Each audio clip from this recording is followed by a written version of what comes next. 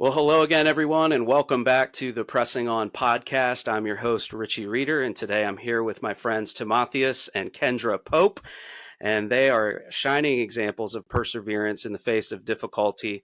Really looking forward to interviewing them today and hearing their journey of perseverance. Guys, thanks for being with us on the podcast today. Absolutely. You bet. Just want to remind everyone and our listenership that our mission here at Pressing On is to uplift, resource, and coach families in crisis, specifically those affected by chronic illness and long-term hospitalizations. And for all of our free programming and resources, you can visit pressingon.org. The purpose of the podcast is very simple: to amplify voices of perseverance and highlight the journey of hospitalized families so that everyone who listens will be encouraged to press on through tough times holistically. I've sat on the sidelines of social media to watch this dynamic duo battle through some intense situations in life. And so it's my honor and privilege to interview Timotheus and Kendra today. They're a dynamic duo who have been married since 2006. Together they have 8 children: Simeon, Jada, Kayla, Judah, Susanna, Charity, Asher, and Haven. They are Western PA residents in Rector, PA, just outside of Greensburg and Ligonier. Timotheus Pope, TPope, as we'll call him today, is the president and CEO of Citikidz, a Christian sports camp impacting urban youth and adults, teaching Christian character through competitive athletics. He's a self-described, passionate, fun-loving, cartoon-crazed, out-of-the-box little boy trapped in a grown man's body. And I hope that comes through in the podcast today. Pope is a graduate of Mary Washington College with a BA in religion and concentration in philosophy. Pope's favorite superhero of all time is the Black Panther. He's a Green Bay Packers fan. We might agree to disagree on that one, but also his sport of choice is basketball. Kendra Pope likes her music loud, especially Christian hip hop, and her coffee extremely hot or iced, no in between. She's endured much tragedy throughout her life, including a life-altering car accident, the death of her high school sweetheart, the disowning of her biological father for marrying outside of her race, and the recent suffering of her son, Judah, with an unknown and currently untreatable condition called fires. She's a writer, speaker, coach, Jesus follower, hope giver, and bridge builder who blogs at whenhopeisreal.com. Guys, I'm so excited to hear your journey. Thank you so much for joining us today. Pleasure. Absolute pleasure. Let's begin with getting to know you guys personally, outside of what I just described in your bio there. Maybe share with our listeners one thing that makes each of you uniquely you. Let's get a little bit of your background here. Oh, sweet. Ladies first, always. Go for it, Kendra. Well, I think one thing that makes me uniquely me is my joy and optimism. And I think the reason I say that it's unique is the older I get, the more I hear people say, like, are you happy all the time? Like, it's a genuine joy, and it's just a part of my temperament. And I do have a propensity to be eternally optimistic, which through this journey of life, I've also learned to hold those things that aren't quite so optimistic all the time in my other hand. But I tend to always look on the bright side and always say, okay, now what? And just keep it stepping. I love it. Yeah, I'm going to say intensity, passion. Those are the words that people most often use, coupled with this like ridiculous childishness and immaturity. So I do my best to be professional all the time. But part of my mission statement in life is to have fun in everything that I do. And so I think that makes me uniquely me, and it messes with people. Like I'll be playing around. It's actually in an interview with our staff the other day, and I was playing around in the chat on Zoom with them while we were interviewing somebody.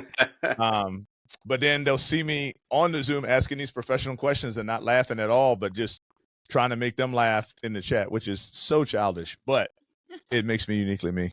It's fun. I love it. You're keeping it real all the time, man. Not taking yourself too seriously. I love it.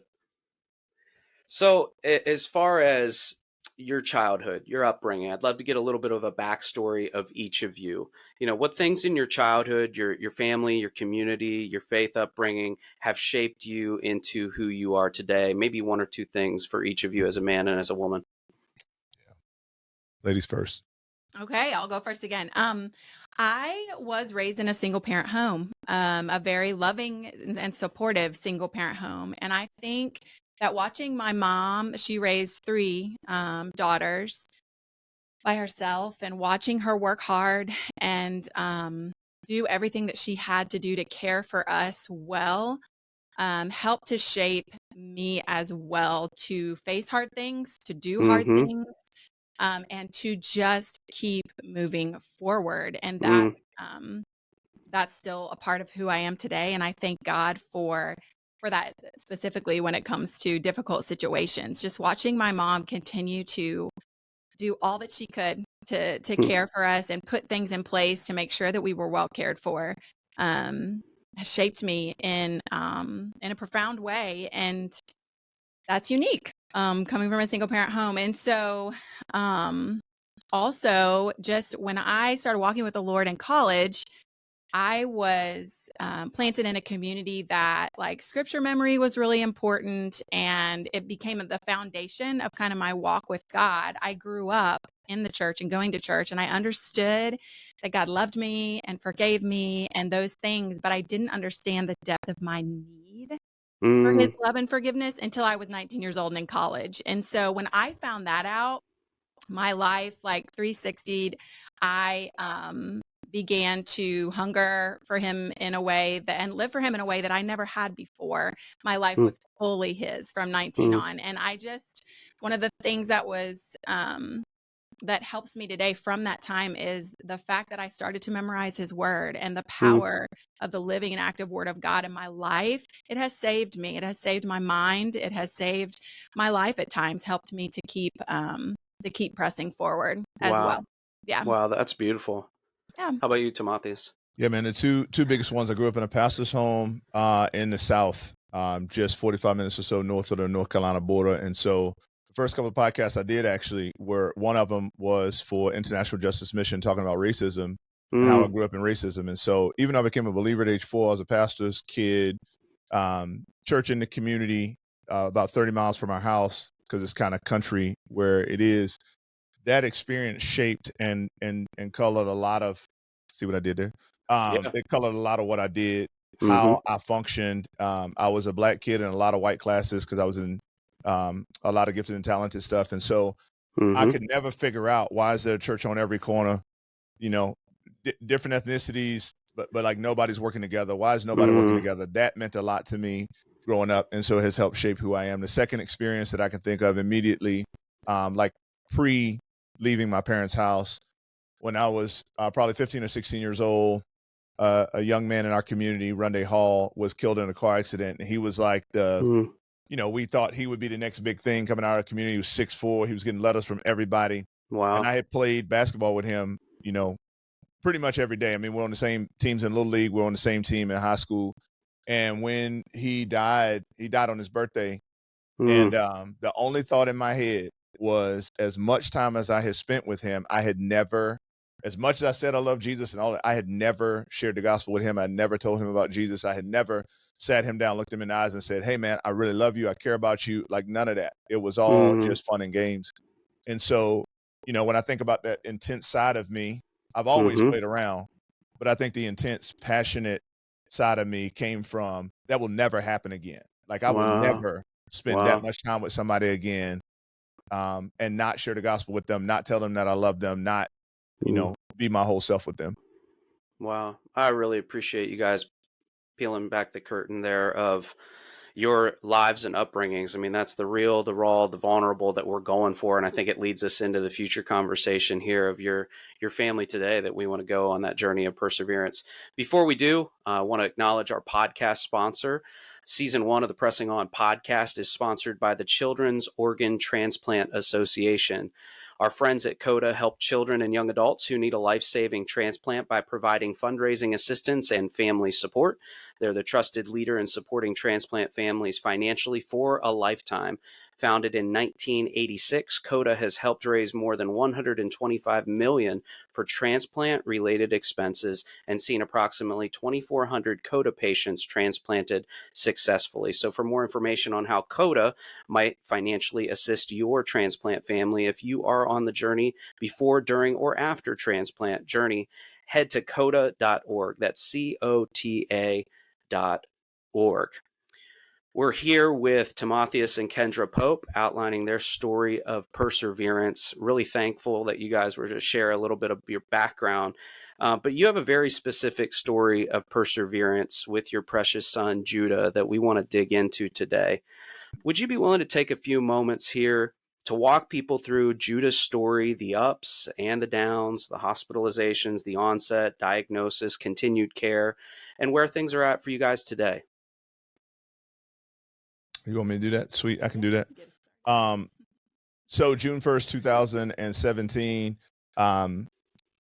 well, it even starts before that. We went to a next door neighbor's birthday party on like the 28th. I think it was a Sunday evening or a Monday, something like that.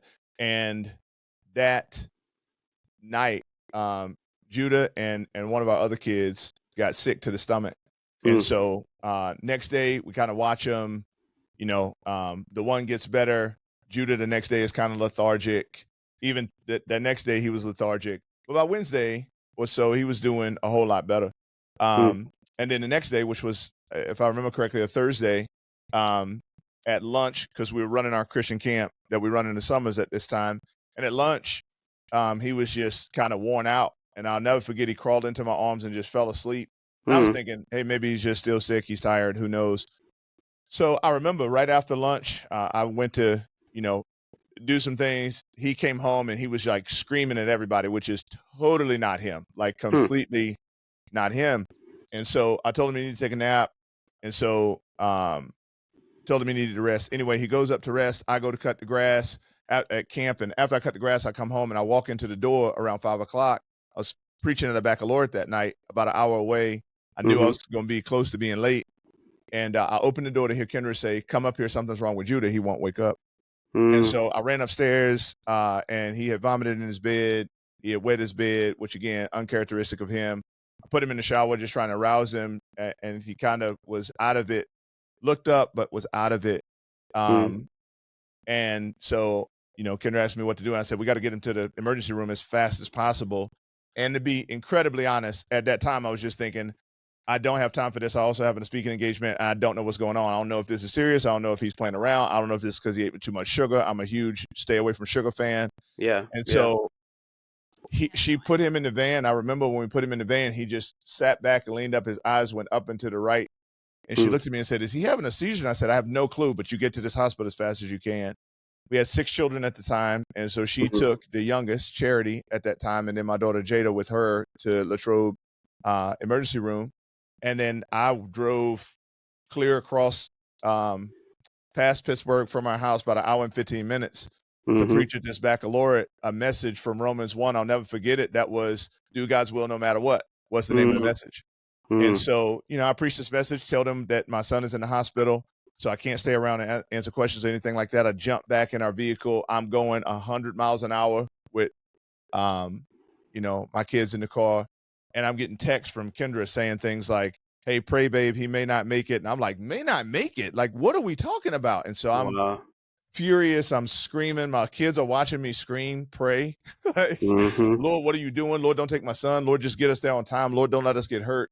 And so when we get to the hospital finally, we hear that he's having uncontrollable seizures, that they've given him Ativan and Keppra and all of these, now that we know, all of these really big knock you out kind of AEDs. And so they life flighted him to Pittsburgh that night. We stayed up all night long, just trying to take care of him. Once we knew he'd be admitted to the PICU, I was with him there in the PICU. That night, he then his O2 dropped from 100 to 34.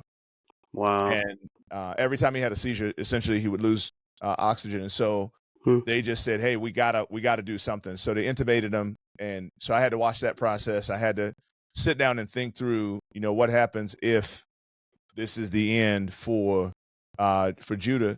And I think the part that was the hardest is, at least for me at that time, his name means praise. That's what Judah means. And he got that name because, again, just transparently sharing, we had a son and then 2 daughters.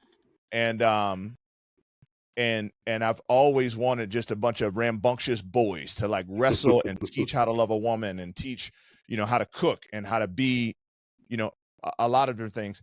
And so when we found out he was going to be a boy, I said, praise the Lord. And that's why his name was Judah. And so there I was, 5 years later, sitting in the hospital thinking, we named you Praise. How in the world? And his middle name is Truth. I'm like, how in the world am I supposed to live out this stuff that we prayed for you at this moment? Like, and again, keep in mind, like, I'm a professional Christian, right? Like, it's my job to lead people in a relationship with Jesus and what that means. I'm a husband, I'm a father. So one of the group leaders that is also a nurse in Pittsburgh was there with me at the hospital. One of our staff was there with me at the hospital. And so they're watching me interact with this newfound tragedy. Sure. And I wish that I could have run and hid in a closet and just wept and nobody see it. But man, that wasn't happening. All of a sudden, everything that I said online, all of these messages, these 430 videos on YouTube, boom, like, hey, are you going to be faithful right now when it doesn't seem like God is being faithful to you? And not that he wasn't, right? He was, but that was the feeling at the time. And so that was just the beginning of the journey. Anything you want to share? Well, Kendra, I'm interested too. Like, if we pause the journey right now and you guys have gotten 2 children, what was going on in your mama's heart during that time? I think in the emergency room is when I knew that it was life-threatening. Having to see the nurses bag him and him lose oxygen. And then the life flight team came and asked if I was able to fly. And I told them, that my husband was on the way and he was able to be life flighted. But I knew that it was life-threatening and was crying out to God in the hospital room, please don't take him. Just please get him to the hospital. And then settling in there at Children's, I was shocked, that he was intubated and placed into a medically induced coma, but the seizures were big and they were scary and they weren't stopping. And so I was an absolute mess. I was very confused, disoriented. Sucker punched. Yeah. We like to use that term a lot. Life sucker punches, and there were no answers. And for those first probably 5 to 10 days, it was a lot of testing, a lot of going over what had happened the days leading up to, trying to figure out like why this healthy boy all of a sudden was in this, life-threatening position. And so just so much uncertainty. And it's hard when a trauma first hits to live and breathe and move. It was hard to eat. I definitely could not sleep. And, only the grace of God and the people who were walking alongside us at the time, taking care of our other 5 children at home is what carried us through those initial days. And, one of the most difficult moments in the journey, and we were talking to God nonstop. We were like, okay, we're here. You have us here for a reason. We know that. Let's get this over with. Show us the reason. We'll do it. And then let's get home. That was kind of the heart. Like, we know we're going to share. I feel you. I feel you.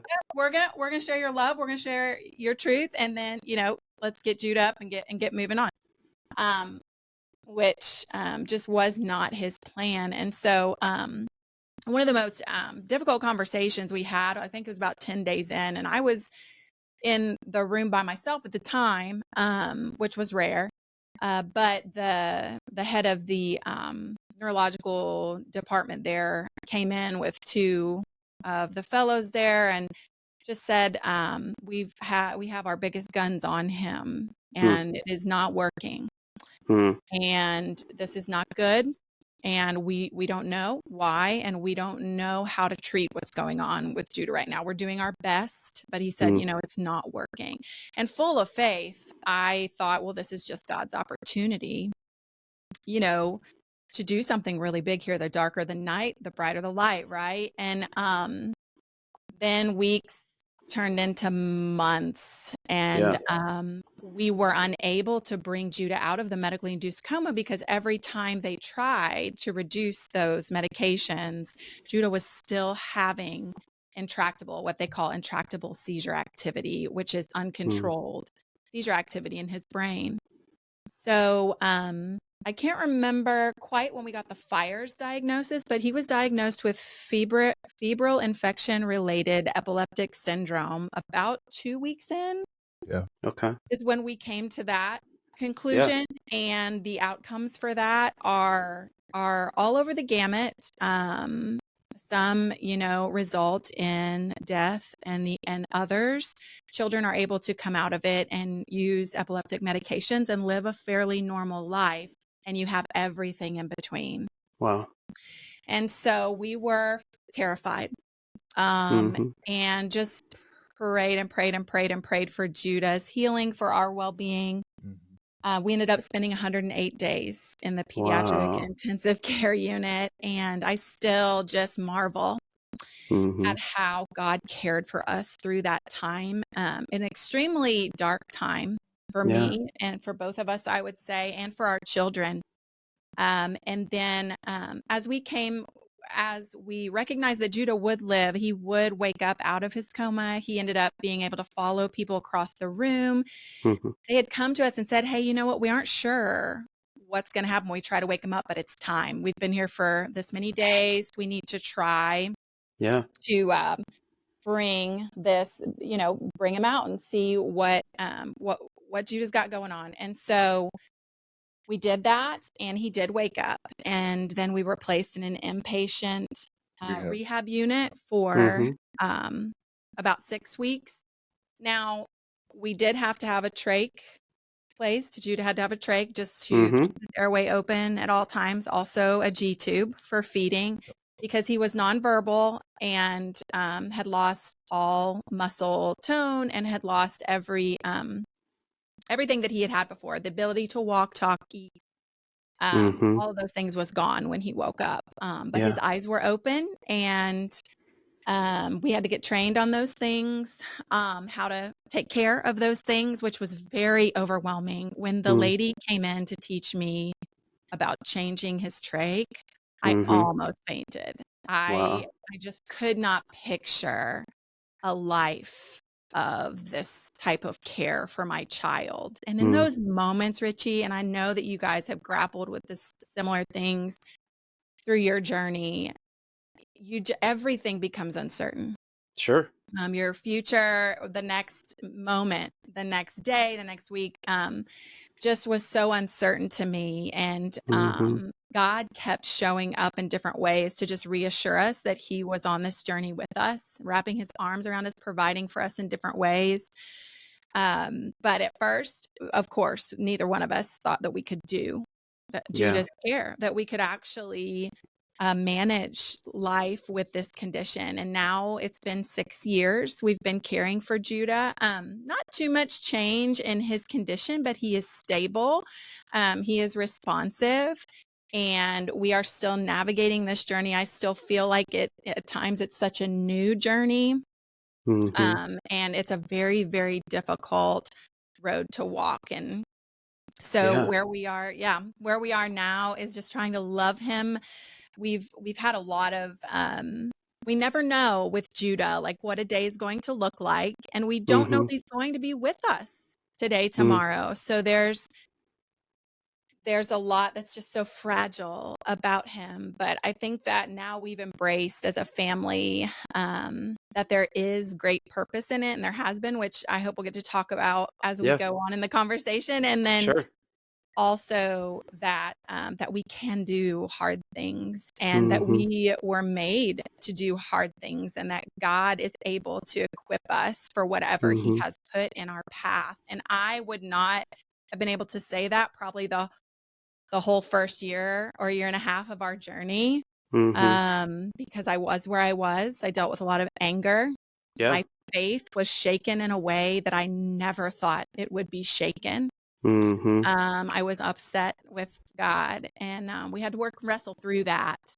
So Here's a question for you guys. If we could go back to the kind of pinpointing of the condition in the hospital and a diagnosis, if you will, speak to the person right now that might be in the hospital with their child and has just heard words of a condition or illness that they've never heard before or they're not familiar with. Speak to them with how you felt at that time and maybe help them feel seen through how you grapple with a new diagnosis of your child. What would you say to that person? It's tricky because for us, I mean, for fires, they just named it. They didn't Gotcha. even have a name for it when we went in. In fact, when we went in 2017, they had just gone to the neurological seminar down, I think, in North Carolina, where the nomenclature for Judah's illness came. And so when they started using it, I was just like, is this like a fancy way to say y'all have no clue what's going on? And they didn't say yes, but they didn't say no. It was basically like, hey, this is what we know. Yeah. And so part of what I would say to that parent, and I got to say this to a lot of parents, one of the things that I did when I was there is I just started going to other people's rooms, met nurses and started going to other people's rooms, asked them how they were doing, asked them if there was any way I could walk alongside them, help them, and so pray over them. We got to see one little girl healed of cancer by God's grace. Wow. But the one thing that I learned, two things. One, nurses are people too. Sure. Doctors are people too. And I tell people all the time, doctors are a lot like pastors, right? Like some pastors read their Bible every day. They know what the word of God says. Others use some software to find their sermons and they're going to preach to you and may not know anything. And doctors are very similar, where some of them really know their stuff and other ones are really glad that they get a paycheck. And that's not to bang on doctors, right? It's just more so to say, I had to several times take 2 steps back. Like when she's talking about one of the doctors who said, we got the big guns out. I remember he came into the room. This was 4 days in, and he said, Mr. Pope, we've done everything we can. And I was like, everything you can? What do you mean everything you can? He was like, we got all of the big guns out. We've done everything. Like nothing's working. And I looked him dead in the face at that moment, and I recognized he was under the pressure of feeling like he could do something with my kid. It's like, man, you don't, that pressure for you is ridiculous. Right. You can't fix my child. And a lot of people go into the hospital with that expectation. You can fix my child. Like you went to school for 8 years for this. You got all of the resources. Like you should fix my kid. And it's like, unfortunately, that's the nature of science. Like it etymologically means to know. And they just give you what they know. I never forget, I looked at him and I said, have you prayed? And he just looked at me with these big eyes like, you out of your mind, man? This is a hospital. Like, what do you mean have I prayed? And I'm like, there's only one person I know that knows what's going on with my kid. And he could potentially tell you. But teachers were always my heroes. Nurses became my heroes because I began to recognize you could have been in a car accident before you came. You could have broken up with your boyfriend before you came. You could have gotten divorced before you walked in here. And you, for the next 12 hours, are serving my family. Yeah. It clicked to me like, I just want other families to know you are hurting, but it can help you to know other people are hurting with you. I think what's also important to say is for us, and this might also help somebody with what they're going through. We were running a sports camp at the time. I was running back and forth from the hospital to my job. Yeah. And I never forget, one night I leave at like 10 p.m. and I'm like, I'm not taking the turnpike back because if I take the turnpike, I said, I'm taking the turnpike back because if I don't and I go to back roads, I'm going to hit a deer. So I'm not doing that. Don't you know, I go on the turnpike and I hit a deer. Not only do I hit a deer, now, I'm like, Richie, I'm headed back to the hospital to be with my kid who may be dying, right? Wow. And I hit a deer and I'm like, God, are you for real? Not only do I hit a deer, but I hit a deer to where the car is still drivable. And as I get, and again, I'm like, what do I do? So I just drive to the hospital, having hit a deer with like this giant dent in the front of our vehicle. So I'm like, now I got to try to take care of this and my job and my family and this child. Like this is so crazy. And I think a lot of people don't recognize, for those who are in the hospital, like life didn't stop. Right. because our Right. son was in the hospital. Like, we still had Mm-hmm. 5 other kids to take care of. I still had to provide for my family. I still had a job. Right. Like, kids, it was the summer, but kids still had stuff that they were doing. Mm-hmm. At that time, we were still trying to figure out school-wise what to do with our kids, because that happened June 1st. Not to mention, 4 days prior, I was burying one of my cousins down in Southern Virginia. Wow. And so it was just that. Not only that, one of my uncles fell while I was in the hospital with Judah that July, and he died. So I wasn't even able to go to his funeral. I'm calling my cousins, trying to figure out what is happening to our family. Yeah. So I hope that people are seeing and just hearing, like, we recognize life isn't stopping for you, that you still have bills, you still have a family, you still have other kids, you still have so much responsibility. Yeah. But we know what that's like, and God will provide Mm-hmm. what you need. I was amazed Mm. by, like, checks showing up at our house that, I mean, I'll never forget one lady. One of our kids got enrolled in a school that was a pretty expensive school, and just transparently sharing, I didn't even know that happened. Wow. And so some of it could be that I was told, and I was just in such a fog that I didn't even click. But this check showed up, and it simply said, "I was praying for you this morning. God told me to send this." And the amount was the exact amount to pay for that school. Whoa. Right? Come It's on. like, this lady lives in South Come Carolina. on. I don't talk to her every day. I'm like, explain this to me. People who say there are no miracles, explain this to me. Right. All I know is she knows Jesus, but that's all it was this little note. I was praying for you this morning. God told me to send you this amount, and it Mm-hmm. paid for that year of school for that child.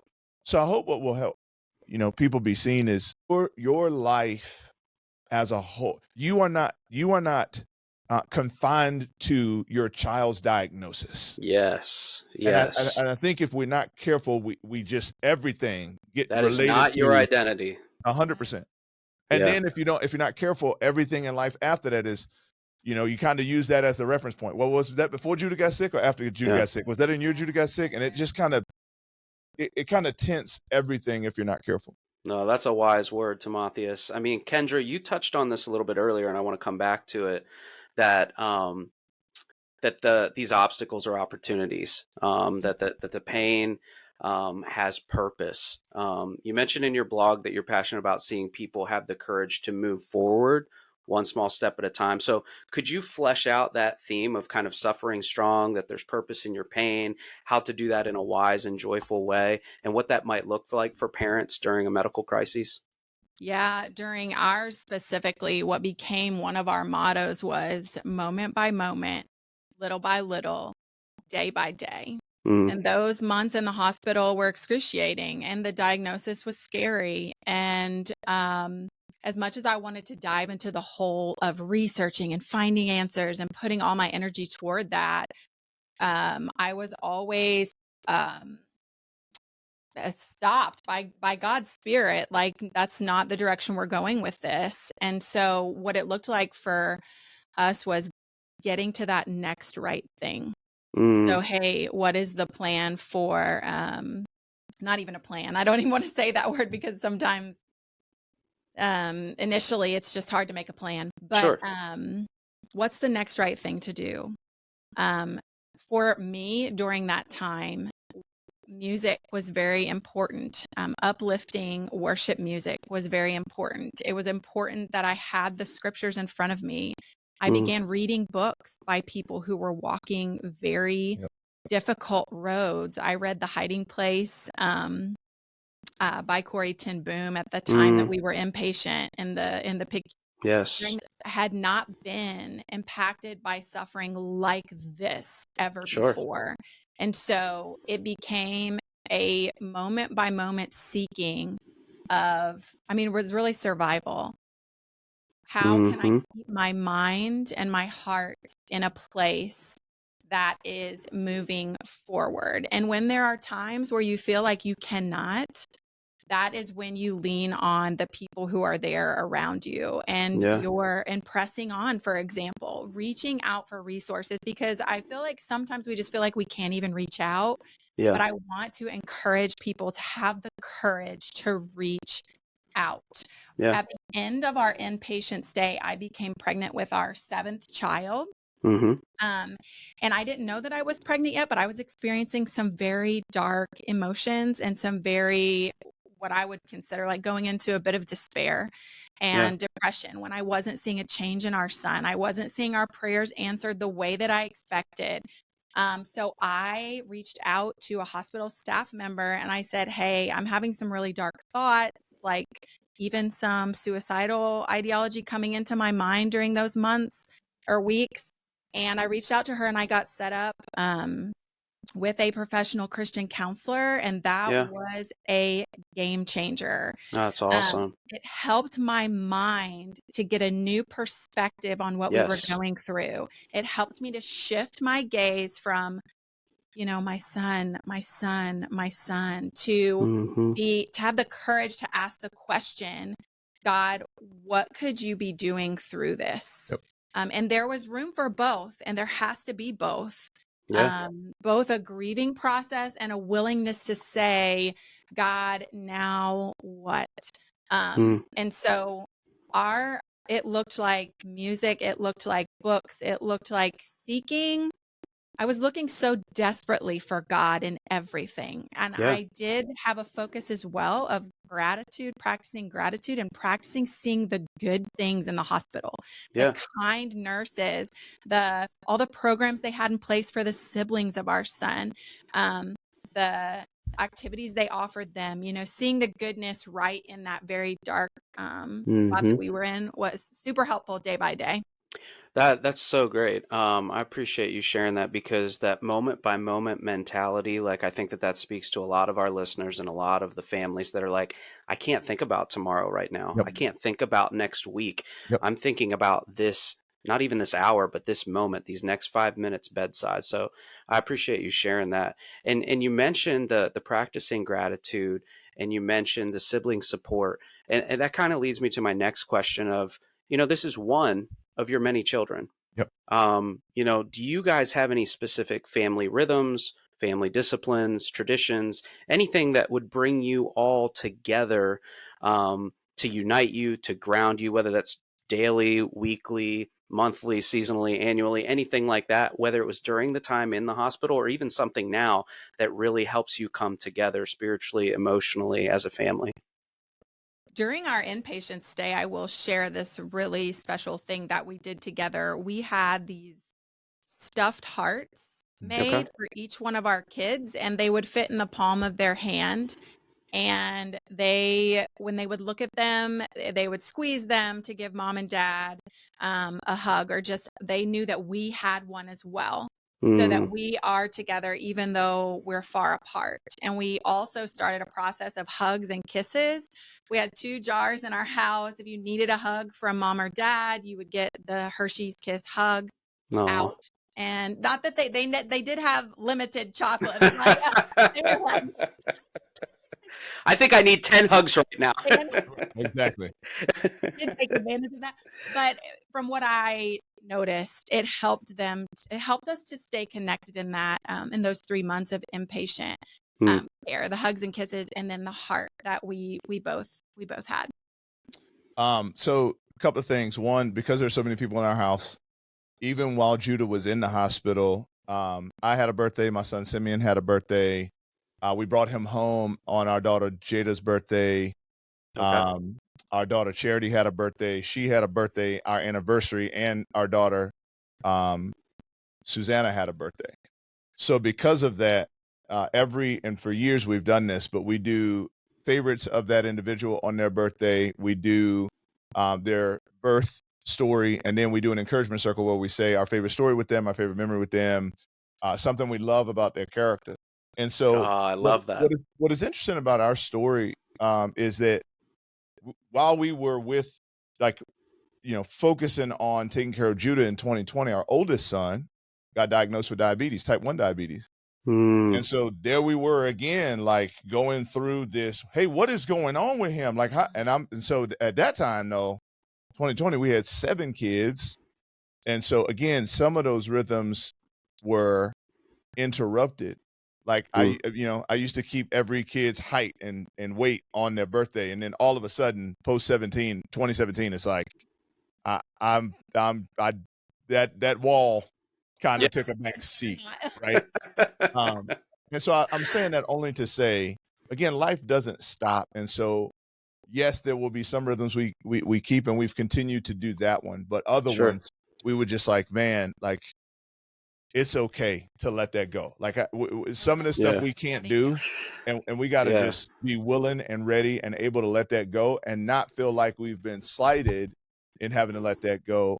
What was said to me really early, and it was so super cool as I was talking to the Lord.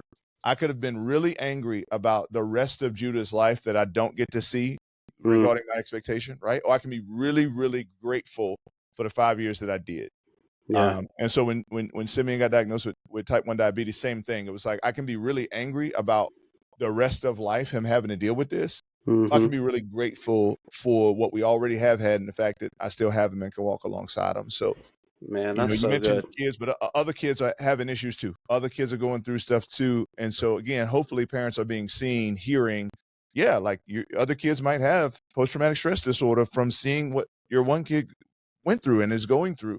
And you're not a bad parent because they're going through that, or because they're depressed, or because they need some extra support and they need to talk. No, like the reality is you're doing the best you can a lot of times with the resources that you have. Yeah. But some of the pressure needs to come off. Like you're one human being, your spouse is one human being. If you're a single parent, that's even more pressure at times. It's like, I gotta make this work. Right. You don't have that kind of power, but I know who does. And so Right. I'd love whoever is listening, they want to talk more about who has the power to make sure that they know what the future holds and how to move forward. That's what we'd love to talk with people about. Absolutely. Well, I've heard it said before that if you want to bless someone, bless their kids. And I think that, there's so many resources out there. But I was so grateful when my daughter Micah was in the hospital, when somebody would come up to me and say, "Hey, we've been praying for Micah, but I want to ask, how's Olivia doing at home? How's big sister doing?" And I think that that's a lesson for all of our listeners too, that there's the impact of the healthcare crisis is not just on the individual that's laying in the bed or the parents that are in the room, but on the entire extended family, including siblings. So thank you guys for touching on that, because that's an important topic to continue talking about. As you think of parents that are in the hospital, whether it's just for a couple of nights or many, many days, long-term hospitalization, chronic illness, what advice would you give to parents that are currently wading through those dark waters with unique diagnoses and critical illness with their child? I feel like you guys have given some really awesome, wise one-liners here and there, but when you think of a personal friend that's going through something similar right now in the hospital, what do you say to them? Right off the bat, man, because we were there for so long, and again, I have rhythms in my own life, work out every day, eat the very same things most of the days, do intermittent fasting, that kind of stuff. I tried to keep as much of a rhythm or routine as I could. That was helpful. And all of our nurses, it was so funny. Like, we were there for so long, they all knew my schedule. Like, we had recurring nurses. I would encourage you to learn their names, take control of the room. So every day, and some of the nurses laughed at this or thought it was funny or whatever, but they go and write up their name and who's taking care of them and stuff like that. And to be honest, I would go and erase some of it, and rewrite, our doctor today is Jesus Christ. And, patient care today is the Holy Spirit. And then at the bottom, I would write a question for today that everybody who came in, nurse, doctor, whatever, had to answer my question for today. And it was just an easy way. Cause again, Judah was in a coma. Sure. So like there wasn't a lot to do with him. It was just waiting, kind of hearing from people, interacting with people. So I tried to take control of what I could, not in like a crazy kind of way, but just more in a, hey, don't know when they're doing rounds. So I can either sit here and be really angry about that, or I can establish a routine that will help the doctors know and will help me know. So even the people, at Children's, they had a weight room. So even the people in the weight room knew, hey, Mr. Pope is going to do rounds, and then he's going to come down here between 10 and 11. The people at the front desk knew. So when I came up, they see me waiting in line and kind of, hey, Mr. Pope, you can come up.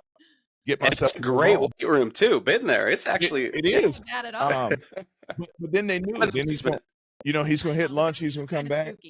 But the reason I'm saying that is, I think the first couple of days, my mind was just spinning, and I didn't really know head from tails or who was coming, who was going, nothing. And so I got to a point where I was like, hey, if I can establish some rhythm, some routine while I'm here, if I can, control what I can to kind of keep sanity, if you will, Yeah. that helped me a ton because again, we were there from June 1st to we left to the rehab unit, I think August the 13th or 15th or something like that. And then we, from the rehab unit, came home November 13th. So, I mean, really for 5 months, I kind of lived in Pittsburgh at Children's Hospital between the, CHRU and Children's Hospital. So that would be my advice. Like, do your best to establish some form of routine or rhythm that you can keep every day. Even if it's, hey, I'm going to go eat the same thing every morning just because I can in the cafeteria. I'm going to, eat at the same time or whatever. And it'll help regulate the body, breathing exercises, stuff like that you just kind of do every day. No, that's great. How about you, Kendra? For me, I was just thinking, really lean into the community that is around you. I don't know if all families experience this, but we experienced a different community coming in closer to us than we expected from our normal community. And whoever that is, you may not have a lot of family support or friend support. If you do, lean in. Allow them to help you carry this. Allow your community to hurt with you. How they want to help, let them, and do not feel 1 ounce of shame about it. We had women come alongside us from our church and do our laundry for the whole first year of our son.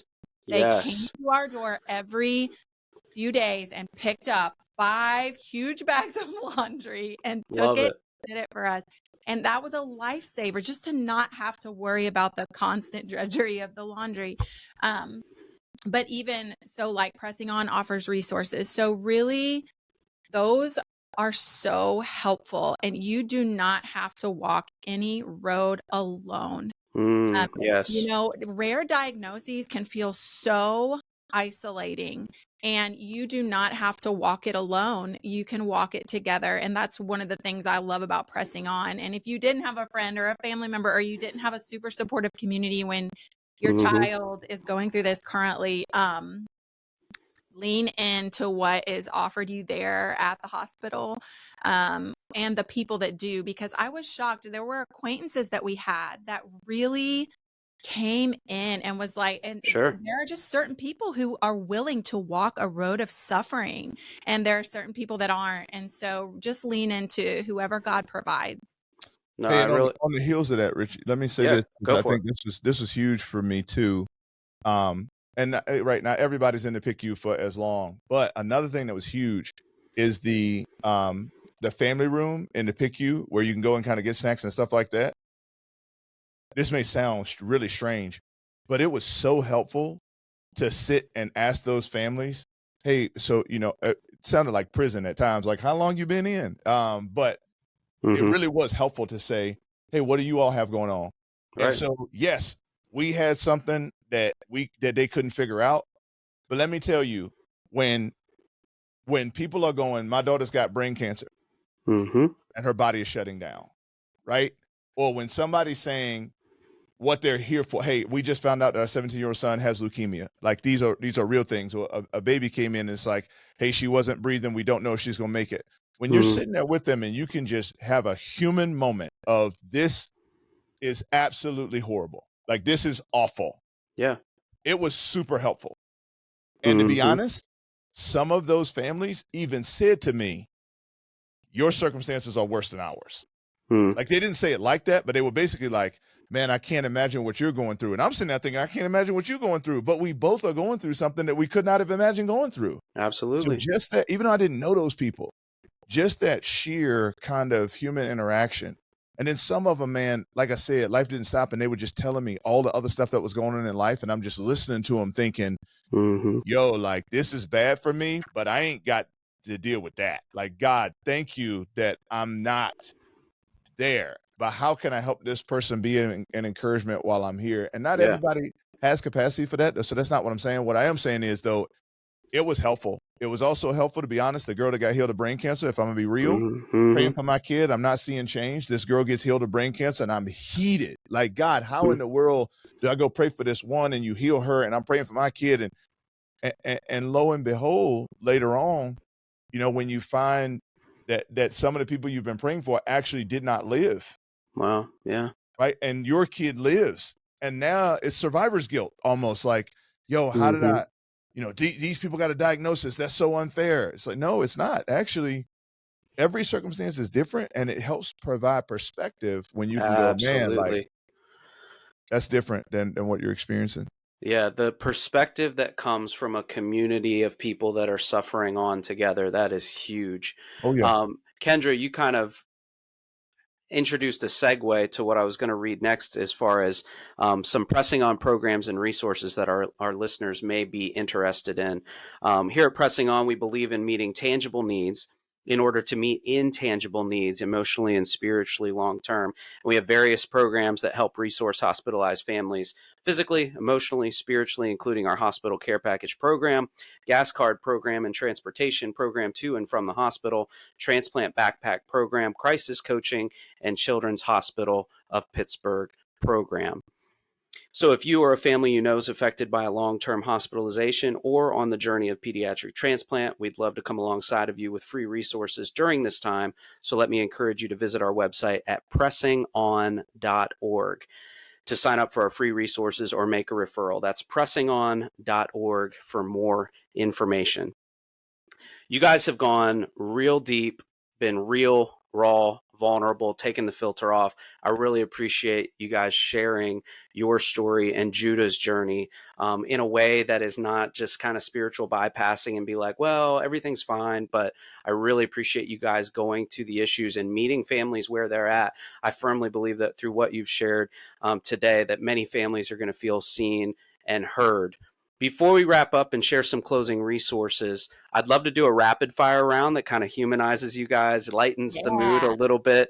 There's a few short questions that, you know, these are fun, short responses for us to get to know you guys a little bit better if you're game. I'm game. Let's do it. All right. Favorite thing in your life right now that's bringing you lots of joy? Go. Fall and coffee. Basketball. Awesome. Oh, so Kendra, is it hot or iced right now? Pumpkin. Pumpkin. It's pumpkin. And stereotypical pumpkin. Pumpkin. For sure. As long as there's pumpkin in it, you're good. Yep. So next question. Favorite album that you've been listening to lately? Ooh, Church Clothes 4. Lecrae. Nice, Lecrae. Got it. It's I'm gonna say His Glory Alone too, KB. Oh, nice. Favorite way to blow off some steam and recenter yourself individually? Go. Working out and breath work. Yeah, working out by far. Just finished one. Love it. Love it. That maybe you guys have mentioned working out a few times and taking care of yourself physically a few times during the podcast. That could be a key theme for our listeners today. And last question, favorite piece of clothing that you can't live without? Leggings. No such thing. No such thing for me. Yeah. Awesome. Love it. Love it. So Kendra, this is kind of my last question before we leave people with where they can find you guys online, on social and different platforms. But maybe share a resource or two. You know, each of you mentioned Corey Ten Boom, you mentioned Jay and Catherine Wolfe, but share a resource, whether it's a blog, a book, a video, a sermon series, or two that's been beneficial in your medical journey. Would love to hear from both of you before we close. Yeah, absolutely.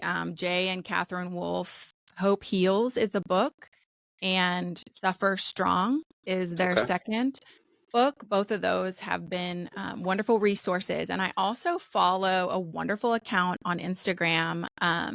Clint Watkins is the account, and he's had a long road of suffering in his life as well. And he just gives great perspective and great hope for how you can live a life and journey embracing both joy and sorrow well. And I think that's it. Awesome. Thank you. The book that most significantly impacted me in college was a book called When Heaven is Silent by a guy named Ronald Dunn. And it's hard to now find the book because he's now with the Lord. But it super significantly impacted me because in I think it was 1 year, might have been 1 month, but I think in 1 year, his own son hanged himself in his bedroom with his belt. He, after preaching one night, was held at gunpoint. Gun was fired next to his ear. He lost his hearing in one ear when he was preaching a revival, and he had developed cancer, Wow. all in one fell swoop. And so what I loved is at the beginning of the book, he basically says, "I'm writing this book for you as much as I'm writing it for me." But that's one. And then the second one I would give folks, well, the first one I'll give folks is scripture. But then when Heaven is Silent is good. And then the third one would be John Onwuchekwa, who's a friend of ours, was at a church in Atlanta, is now working for Christianity Today. But he is actually touring, talking about grief. And his brother Sam. That's great. Yeah, so his brother Sam, who was a friend of ours as well, who passed a few years ago now, John is going around talking about grief with a couple of other folks that people would be familiar with, like Preston Perry. And so I would say, I think it's JAWN_O on Instagram. Okay. John O. But follow his stuff. I love his content. We Go On. We Go On. Get them to come to Western Pennsylvania for sure. Yeah, I actually texted him and said, you got to put Pittsburgh on the list. And so we'll see when that happens. It'd be great to do. No, that's awesome. Well, Timotheus and Kendra Pope, thank you guys for being real, for being raw, for being vulnerable, for sharing how your faith has spurred you on in times of crisis. I just want to affirm you guys on the podcast that your journey and the way that you've responded to the suffering in your lives has definitely touched a lot of hearts and a lot of people, not just here in Pittsburgh and Western Pennsylvania, but beyond. And we look forward to this story going out to everyone who listens to the Pressing On podcast. Would you leave with us right now the easiest way to follow your journey, stay up to date with you guys, any platforms that you have online, websites, and social? Yeah, absolutely. My Instagram is _. You can keep up with all things Pope family and Judah there. And then my website is win.com. You can keep up with me at www.citikidz.org, CITIKIDZ. And then my name is super unique. So if you want to find me at all, Google Timotheus Pope, TIMOTHEUS, P as in Paul, OP as in Paul, E. I do that all the time, clearly. But you'll find all kind of resources, videos, things that I appreciate. And I'd love to see you when I'm on the road. Absolutely. Well, thank you guys for joining the Pressing On podcast. And one last note to our listeners, no matter where you're at in life or what life is throwing at you right now, we want you to know that you are seen, you are valued, you are loved. And so keep pressing on. Thanks for being with us today, guys. Absolutely. Pleasure. Thank you.